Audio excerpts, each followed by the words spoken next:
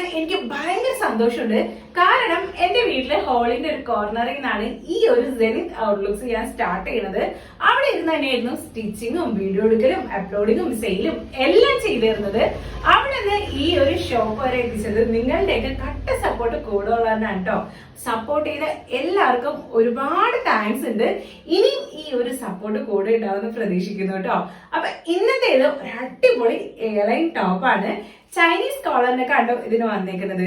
Sleeves 3/4 ആണ്. എയർലൈനിലാണ് ഇത് ചെയ്തേക്കുന്നത്.